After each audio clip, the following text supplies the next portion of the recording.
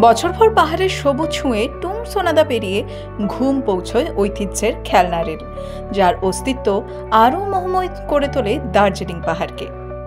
বুধবার ধর্মীয় রীতিনীতি মেনে পুজো দেওয়া হলো ওয়ার্ল্ড হেরিটেজ তালিকাভুক্ত সেই টয় ট্রেনের।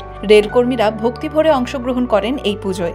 তাদের বিশ্বাস, বিশ্বকর্মা পুজোর মাধ্যমে কর্মক্ষেত্রে শুভ শক্তি ও মঙ্গল লাভ হয়। শিলিগুড়ি জংশন রেল ইয়ার্ডে আয়োজন করা হয়েছিল পুজোর। অন্যদিকের কর্মব্যস্ততা ছিল উধাও। পরিবর্তে আনন্দ উৎসবে মেতে ওঠেন রেলকর্মীরা। আজকে সকাল 8:30 থেকে আমাদের এখানে বিশ্বকর্মা পুজো শুরু হয়েছে। পুরোহিত মশাই পুজো সুষ্ঠুভাবে সম্পন্ন করেছেন। এখন আমাদের অফিসের কিছু পুজো হচ্ছে।